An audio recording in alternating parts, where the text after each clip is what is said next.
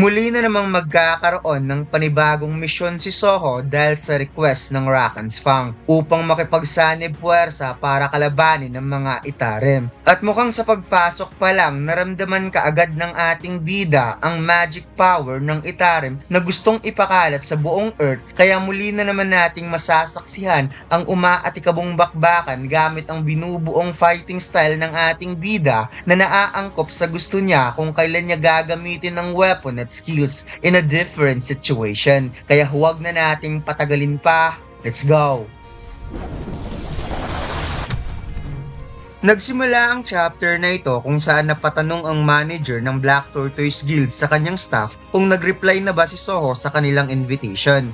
Alam niya na ang isang Irong Hunter ay nangangarap talagang makapasok sa malaking guilds kagaya ng Black Tortoise. Ngunit parang malungkot ang staff dahil nag-decline daw si Soho sa kanilang offer. Kaya hindi makapaniwala ang manager kung paanong nagawang matanggihan ng isang E-rank ang Black Tortoise Guild at nagtataka kung may katuturan ba ang isang E-rank na mag-refuse sa offer ng malaking guilds kagaya nila. Tugon ng staff na sinabi daw ni Soho na wala itong planong sumali sa kahit anong guilds. Kaya nagtataka ang manager na wikang mayroon bang hunter na walang guild? Ano sa tingin niya sa kanyang sarili, S-rank hunter? Kaya sinabi ng staff, well baka sooner or later tatawag din sa kanila si Soho. Dahil darating din ang oras na ma-realize ni Soho na unreasonable bilang isang hunter na walang guild. Pagkatapos, lumipat ang eksena kay Soho na napabuntong hininga at tingin ng tingin sa kanyang cellphone. Sinabi niya na nagkaroon siya ng napakaraming offers galing sa iba't ibang guilds pagkatapos niyang makabalik galing sa dungeon. Sinabi ni Vero na ang ibig lang sabihin nito ay maraming mga tao na gustong pakinabangan ang talento ng young monarch. Subalit wika ni Soho,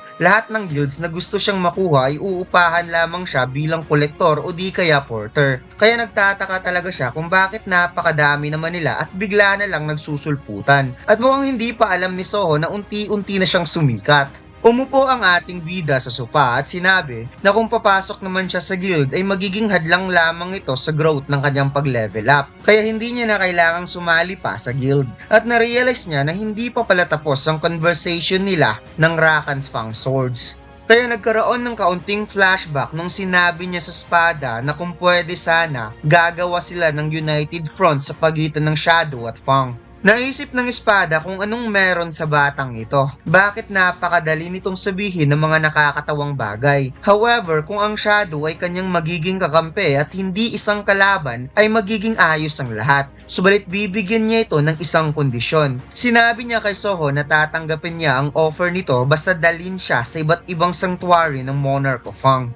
Pagkatapos, bumalik ang eksena kung saan tinatanong ni Soho kung alam ba ng Rakan's Fang kung paano makapunta sa ibang sanctuary ng Monarch of Fang. Na ayon pa ng espada, ito ang sanctuary ng kanyang monarch. Kaya alam niya kung paano hanapin ang lokasyon nito gaano man kalayo. Nararamdaman daw niya ang gates papunta sa sanctuary kahit ito ay matagal nang nawala at probably ito ang tinatawag ng mga tao na dungeon break. Kaya naisip ng ating bida na ang ibig bang sabihin nito ang sanctuary na tinutukoy ng Rakan's Fang ay naging isang field type of dungeon. Pagkatapos ipinakita ang isang lugar na napuno ng napakaraming monster at lumalabas na ang lugar na ito ay matagal nang ibinando na dahil sa nangyaring dungeon break at ngayon nagiging tirahan na ito ng mga kakaibang klaseng monster. Nagpaalam si Soho sa kanyang uncle na lalabas lang siya ng saglit at huwag na siyang hanapin pa. Kaya maya-maya handa na ang ating mga bida para pumunta sa sanctuary. At may kasama na nga itong si Soho mga lod sa paglalakbay, dalawang magkaibang nilalang na nagsasalita.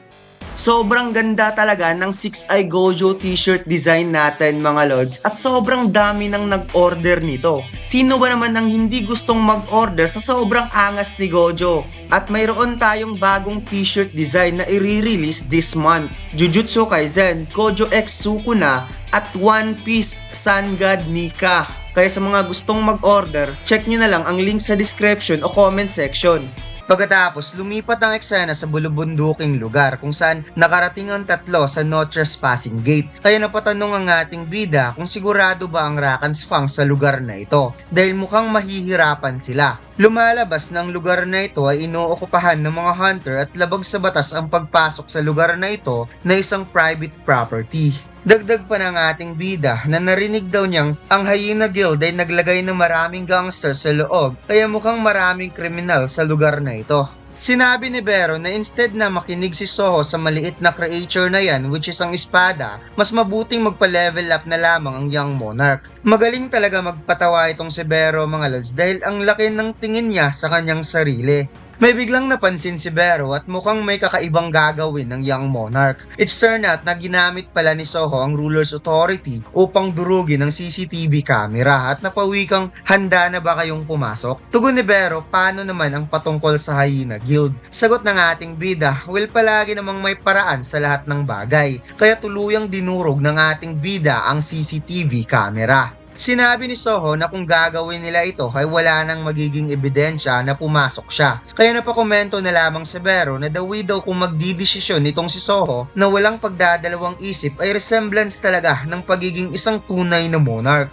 Habang papasok sa loob, napatanong ang ating bida kung madalas ba talagang mayroong fog kapag ang lugar ay isang field-type dungeon. Paliwanag ni Vero na ang fog na ito ay magic galing sa outer space. Isa itong forces upang makapag-generate ng crack sa mundo para wasakin ang dimensional barrier. Dagdag pa ni Vero, ang mga beings na nasa outer space ay gumagawa ng malaking hole sa ating dimension upang ipadala ang kanilang troops papasok. At dahil mas marami ang magic na meron sila, mas marami din ang apektado sa dimensional movement. Napangiti ang ating bida at nilinaw ang ibig sabihin ni Vero na matagal pa bago makarating ang isa sa pinakamalakas na outer gods dito sa mundo ng mga tao. At isa lang ang ibig sabihin nito, dapat siyang magpa-level up. At maya-maya dumating ang iba't ibang klaseng monster na sobrang hahaba ng pangil, ang Razor Claw Brega at ang Black Shadow Razan. Sinabi ng espada na finally maipapakita niya na ang kanyang kapangyarihan. Kaya napakomento si Soho na mayroon ding lakas ng loob ang espadang ito. Subalit hindi niya ito gagamitin as a weapon. Kaya napawat ang espada. Paliwanag ni Soho na nakapagdesisyon siya na makikipaglaban lang siya gamit ang hand-to-hand quarter combat at practicein ang sarili niyang fighting style. Gusto lang naman niyang i-familiarize ang mga basics na naranasan niyang tutorial.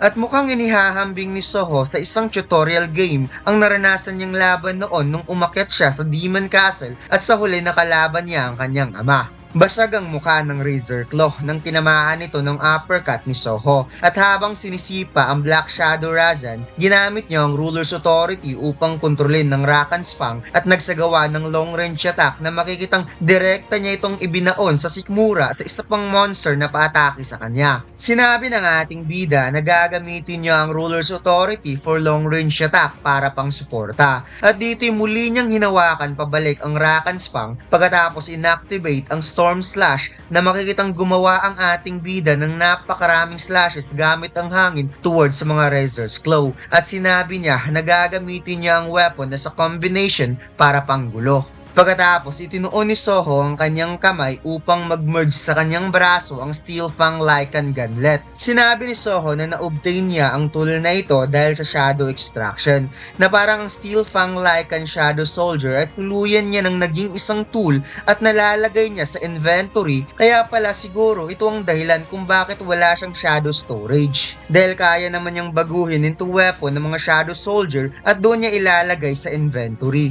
Tugon ng ating bida na ito ang kanyang fighting style, kaya parang kinilig itong si Vero habang tinitingnan ng Young Monarch na mayroong outstanding power. At na-realize ng espada na ito pala ang kapangyarihan ng isang taong nanggaling sa Shadow Monarch bloodline. Dagdag pa ng espada na kapag mas marami ang kalaban, mas tumatagal ang laban. At nakakapag-level up lang ang Young Monarch sa napapatay nito. Kaya na-realize niya na matatalo na ata tayo sa digmaan. Nagsagawa ng Shadow Extraction si Soho at bumilib ito sa kanyang sarili na kaya niya nang i-handle ang 5 Shadow Soldier matapos niyang pataasin ng kanyang intelligence stats. Subalit na pakomento si Vero na wala pa yan sa kalingkingan ng 10 millions Shadow Soldier ng The Great Shadow Monarch. Kaya bigla siyang binatukan ni Soho at sinabing tumahimik ka. Kawawang insekto, ulo nga lang yung nagpakita, binatukan pa. Pagkatapos, dinala sila ng espada sa lugar kung saan nandoon daw ang gate papuntang sanctuary na makikitang parang isang hideout ang pinuntahan nila.